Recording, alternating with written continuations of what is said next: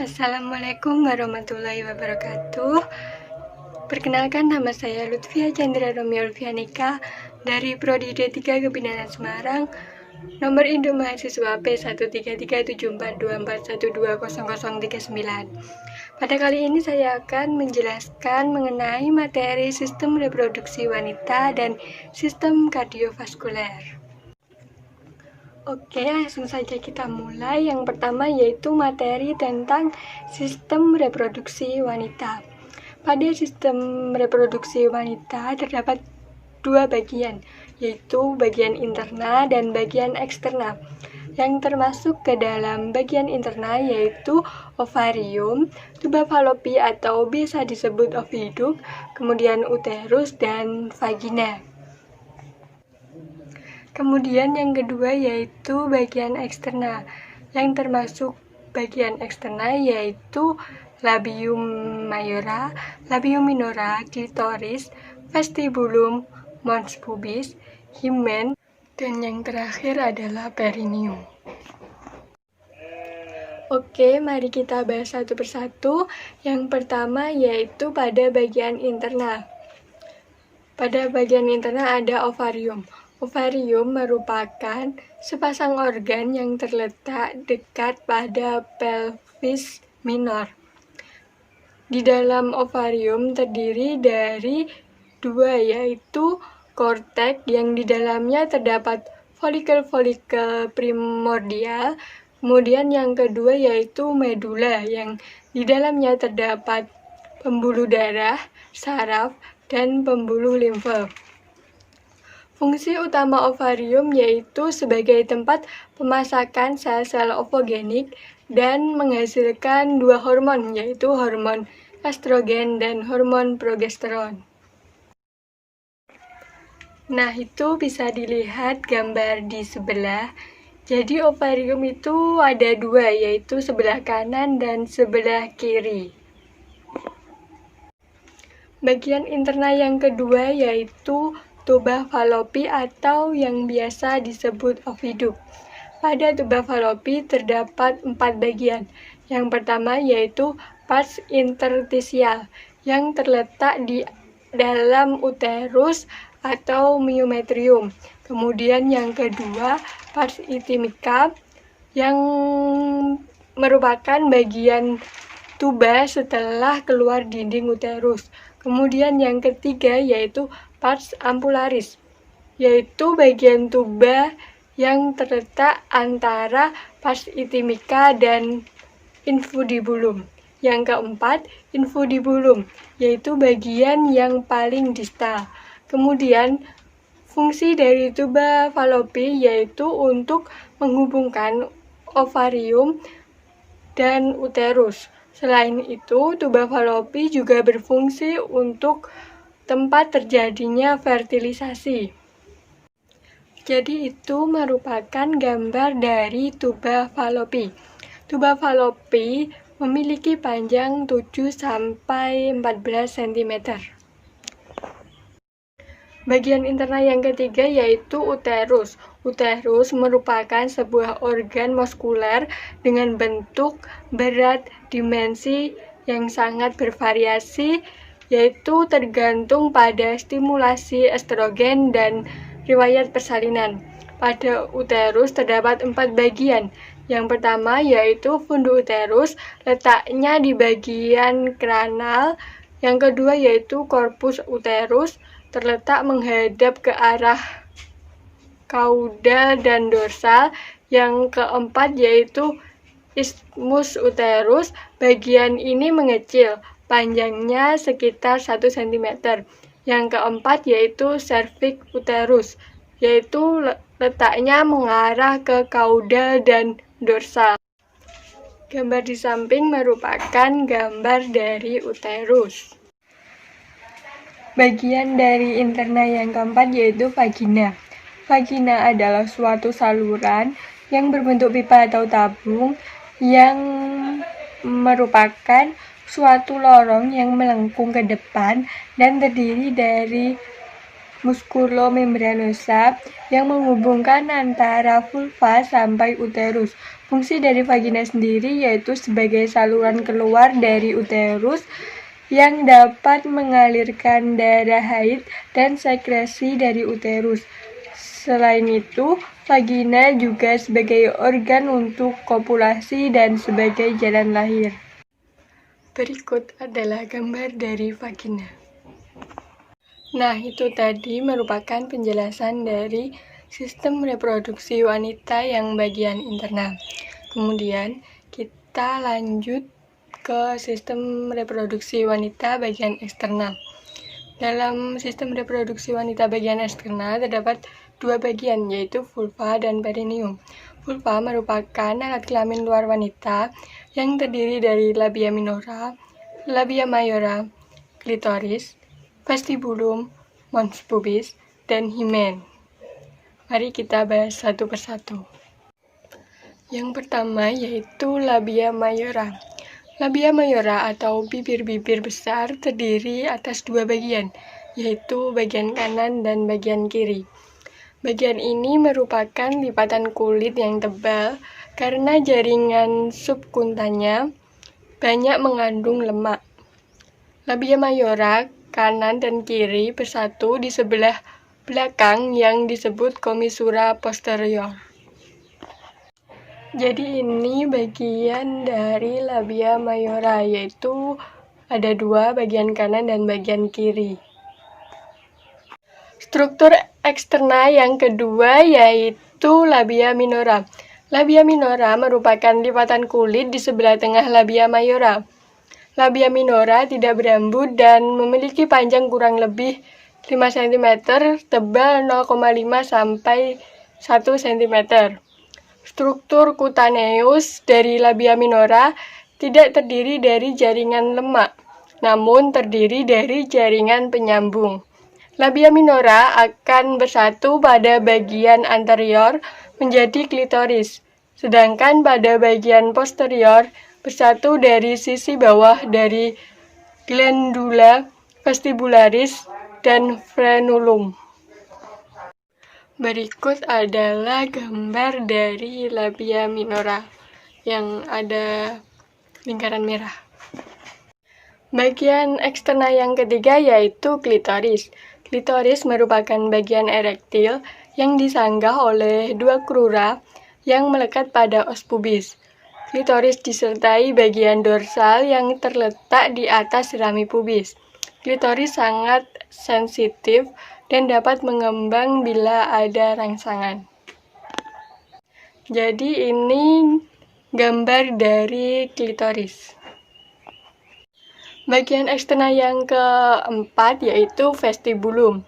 Vestibulum merupakan suatu rongga yang berbentuk lonjong dan dibatasi oleh labia minora di bagian kanan dan kiri, serta klitoris di bagian atas. Pada vestibulum terdapat 6 lubang muara, yaitu uretra, vagina, 2 ductus kelenjar Bartolini, dan 2 ductus kelenjar parauretral. Ini gambar dari vestibulum. Bagian eksternal yang kelima yaitu mons pubis. Mons pubis merupakan bagian yang mengandung jaringan lemak yang menutupi simfisis pubis dilapisi oleh rambut. Mons pubis banyak mengandung minyak. Jadi ini merupakan gambar dari mons pubis. Bagian yang keenam yaitu himen. Himen adalah lapisan yang tipis dan menutupi vagina. Himen biasanya berukuran sebesar ujung jari. Tetapi ada juga himen yang tertutup atau biasa disebut dengan himen occlusivum. Jadi itu merupakan gambar dari himen. Bagian eksternal yang selanjutnya yaitu perineum. Perineum merupakan daerah muskular yang ditutup oleh kulit yang membentang antara commissura posterior dan anus. Panjang perineum kurang lebih 4 cm. Perineum dibentuk oleh diafragma pelvis yang terdiri atas musculus levatorani, musculus coccygeus, dan fasia yang menutupinya. Selanjutnya, perineum juga dibentuk oleh diafragma urogenitalis yang terletak di sebelah luar diafragma pelvis. Jadi ini gambar dari perineum. Jadi itu tadi bagian-bagian dan penjelasan dari sistem reproduksi wanita. Selanjutnya saya akan menjelaskan tentang pengaturan hormon wanita. Pengaturan hormon wanita. Hipotalamus menghasilkan gonadotropin releasing factor yang merangsang hipofisis untuk melepaskan gonadotropin dan prolaktin inhibitor hormon untuk menekan produksi prolaktin. Hipofisis anterior menghasilkan 3 hormon yaitu FSH, LH, dan prolaktin. Selain itu ada hormon estrogen dan progesteron. Fungsi dari hormon estrogen yaitu yang pertama pada ovarium untuk memicu pematangan folikel dan ovum. Yang kedua pada vagina untuk perubahan selaput lendir vagina dan memperbanyak sekresi. Kemudian yang ketiga pada serviks untuk memperbanyak sekresi seluler serviks sehingga memicu pergerakan sperma. Yang keempat pada payudara yaitu untuk proliferasi pada mamae, memicu pertumbuhan rambut pubis dan ketiak. Selanjutnya yaitu fungsi dari hormon progesteron. Yang pertama pada endometrium, yaitu sebagai perubahan sekresi endometrium. Yang kedua pada serviks, yaitu untuk mengurangi sekret peningkatan vikositas. Yang ketiga pada myometrium, yaitu untuk mengurangi tonus sehingga uterus tenang. Yang keempat pada payudara, yaitu untuk pembentukan lobus dan alveolus. Yang kelima pada ovarium, yaitu untuk mencegah pertumbuhan folikel dan terjadinya ovulasi. Selanjutnya saya akan menjelaskan mengenai proses terjadinya kehamilan secara singkat. Setelah berhubungan intim, sekitar ratusan sel sperma mencapai tuba falopi. Tetapi dari ratusan sel sperma tersebut hanya satu yang mampu bertemu dengan sel telur. Setelah sel telur dan sel sperma bertemu, akan terjadi proses pembuahan. Dalam waktu 24 jam setelah pembuahan terjadi, sel telur akan berubah menjadi zigot. Zigot ini kemudian akan berkembang menjadi embrio atau bakal janin dan menempel di dinding rahim dalam waktu 5-10 hari setelah proses pembuahan. Pada tahap ini, wanita yang sudah memasuki masa awal kehamilan akan mengalami flek kecoklatan atau mengalami perdarahan ringan kurang lebih 1-2 hari. Perdarahan ini disebut perdarahan implantasi, namun tidak semua wanita mengalaminya. Setelah terjadi implantasi, kantung ketuban dan plasenta yang menjadi nutrisi janin akan terbentuk. Jadi itu penjelasan singkat mengenai proses terjadinya kehamilan. Selanjutnya saya akan menjelaskan mengenai proses pembentukan dan pengeluaran ASI. Proses pembentukan dan pengeluaran ASI diregulasi terutama oleh 2 hormon, yaitu hormon prolaktin dan oksitosin. Hormon prolaktin berperan dalam proses produksi dan sekresi ASI oleh sel-sel di alveoli atau kelenjar susu. Level prolaktin dalam darah meningkat saat hamil dan menstimulasi pertumbuhan dan perkembangan parenkim payudara.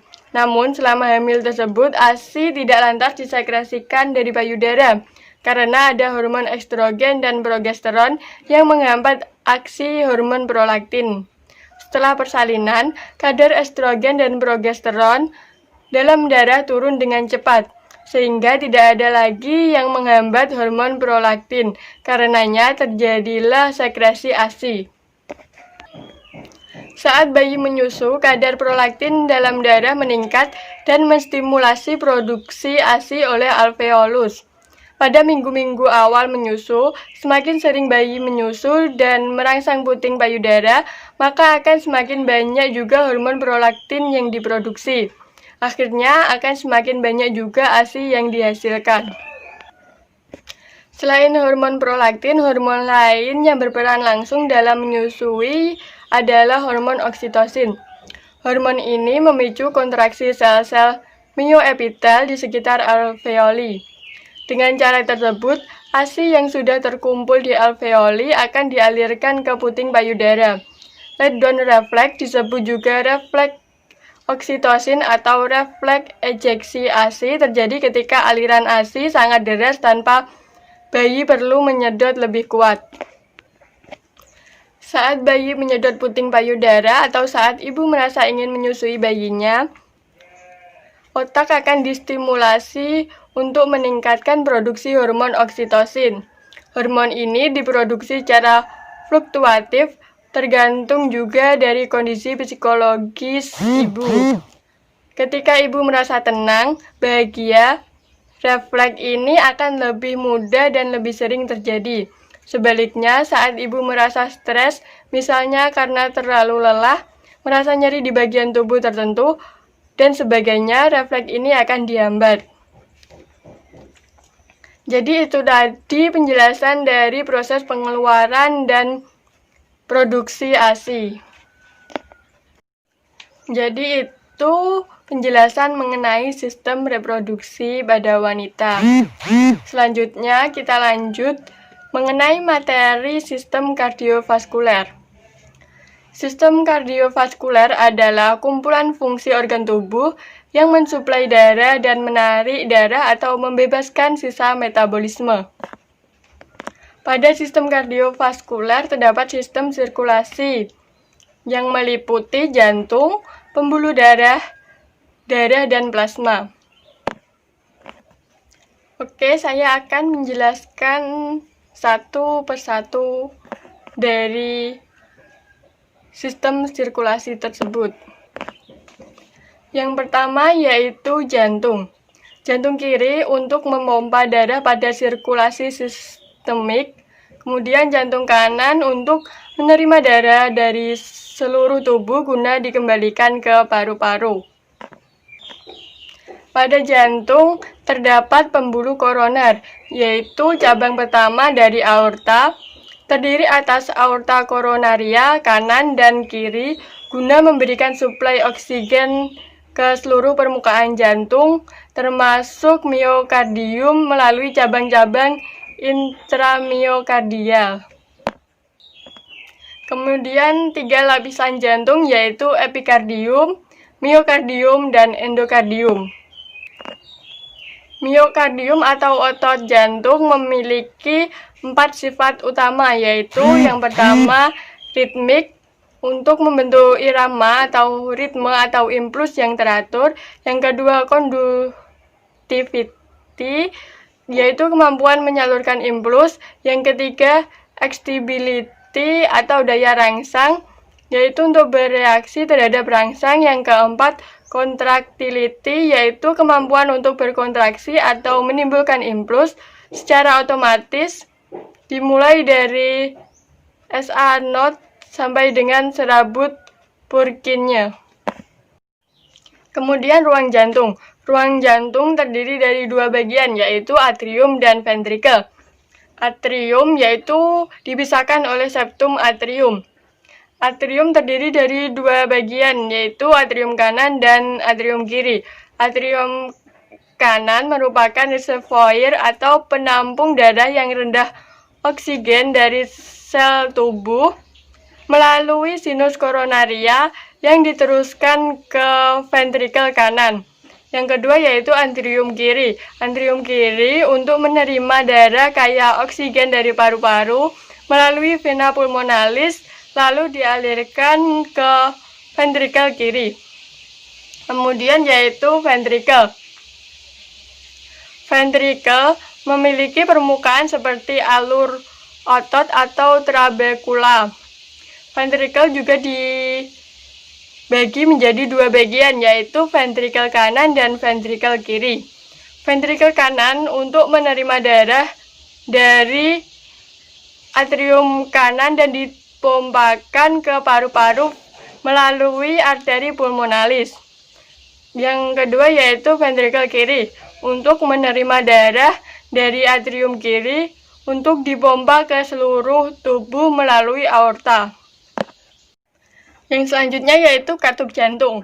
Katup jantung dibagi menjadi dua bagian, yaitu katup atrioventrikular dan katup semilunar. Katup atrioventrikular terdiri dari dua, yaitu katup tricuspidalis, yaitu terletak antara atrium kanan dan ventrikel kanan. Yang kedua yaitu katup bicuspidalis atau mitralis, yaitu terletak antara atrium kiri dan ventrikel kiri.